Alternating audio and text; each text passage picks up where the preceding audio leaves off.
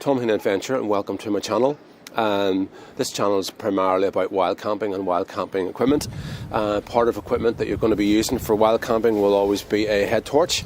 Today I have two head torches from Ledlenser. This one here is an H15R core.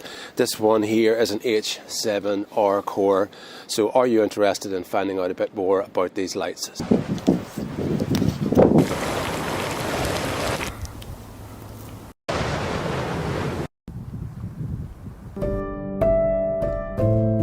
I have purchased both of these lights myself, so the lights have not been sent to me. I've purchased them based on my own experience of lights in the past.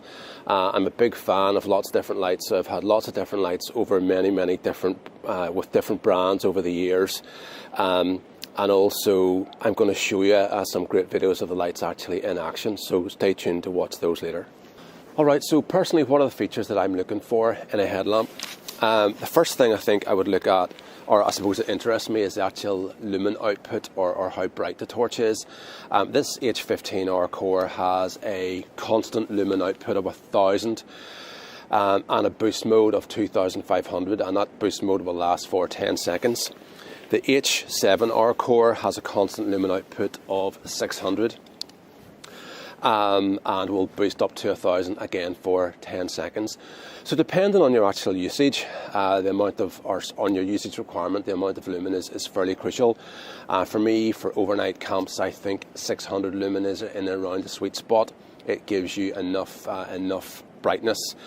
But then sometimes you can go either way from that. You know, you can, if you fancy a bit more power, you can go for something like this, or if you fancy less power, you can choose a slightly lower powered head torch. I also like to buy from reputable brands. Reputable brands is not really maybe the right word, but I suppose brands that I've had a previously good user experience with. I've used lights from Black Diamond, Petzl, Exposure, you know, would be some of the brands I've had before, and obviously Ledlenser. And personally, in the past, I've had a good user experience with this brand. And the run times on these are actually very good. So the H15 will actually run for 5 hours on constant, and the H7R core will run for 4 hours on constant.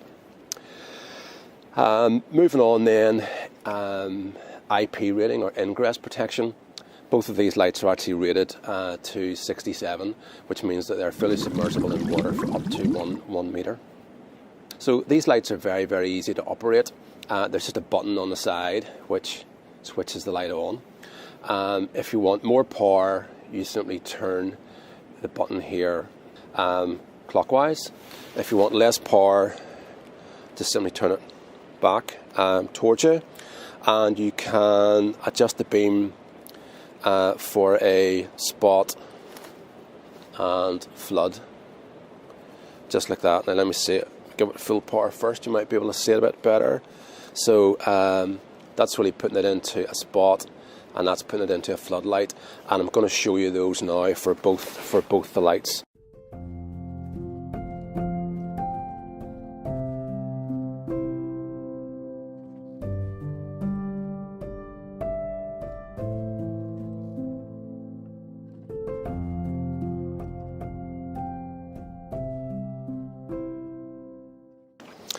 Now, another feature of these lights is that you can actually use them with gloves on very easily, and that's obviously a big benefit if you're out and your hands are cold and you want to keep your hands protected. These are not the thickest of gloves, but just really easy. Switch on, as you can see, power adjustment. Very easy to do. You can just see the light changing and flickering there when it's at a different level, and the actual adjustment in the flood to spot beam, very easy to do and work with gloves on. I mean, there's no actual difference in either of the lights. They're both the size of the buttons, you know, are exactly the same, and the bezel on this one, there's like notches on the bezel, which just means it's really easy to grip. So there's certainly thought to make this easier, ease of use. And again, just changing the power output.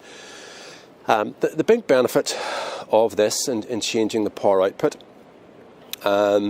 is that you decide exactly how much light you have. A lot of the lights that have pre-programmed power outputs. Sometimes the main setting, you've got good light, and then the second setting is actually drops down. So for example, you'll get lights. I have a particular light that the main setting is like 1400 lumen, and then the next setting down is actually 500 lumen.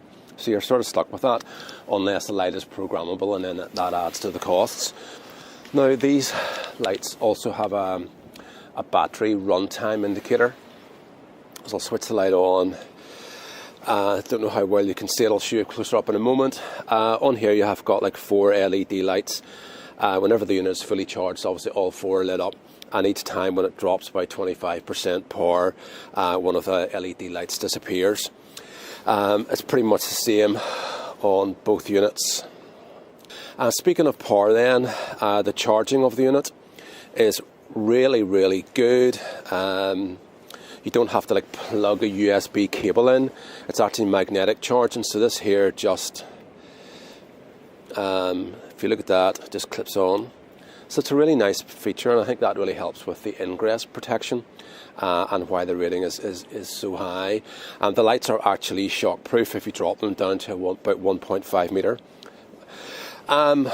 Some of these features just help with the durability of the light. If you're going to be using it in the outdoors, possibly, it's great that the lamp is rugged, that it is waterproof. It's never happened, but I've almost dropped one of my lights into a puddle, and at least if that happens on one of these, you're not going to be worried about it.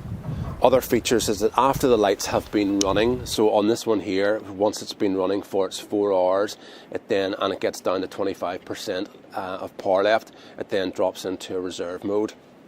And the same on this, once it's been running sort of for its 5 hours, it drops into that reserve mode. The reserve mode now is very low output. On this one here, it's 20 lumen. On this one here, it's actually 15. The build quality is certainly very, very good on both of them. The battery housing is in here, in this plastic case. And I've taken the battery out on both lights, and it's very, very tight. I think that's good, for the ingress protection. The plastic itself, it's not a hard plastic. It's more of a sort of a soft quality plastic.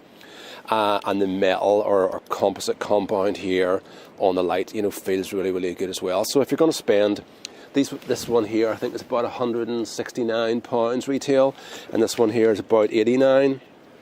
If you're going to spend that sort of money, you want the product to feel good.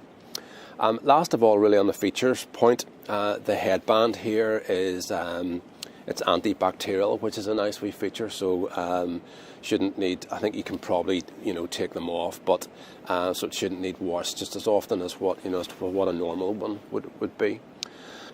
So that's really about it. It's hard for me to cover every single feature of the light. I could have left out one, or could have left out a couple.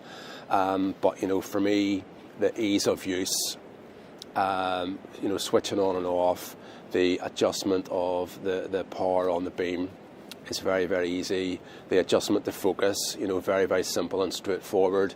I think this really helps with the light output because you're concentrating the light, where you actually want it. The run times, of 4 hours and 5 hours on the H15 are really, really good.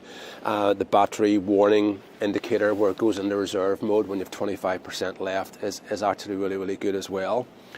So if I was to pick a light between the two, a difficult choice, but for the use that I have for wild camping overnights, where weight and bulk is a bit of an issue, I would probably go for this one. I've been out using the H7 on a number of occasions, and the light output is fantastic from it.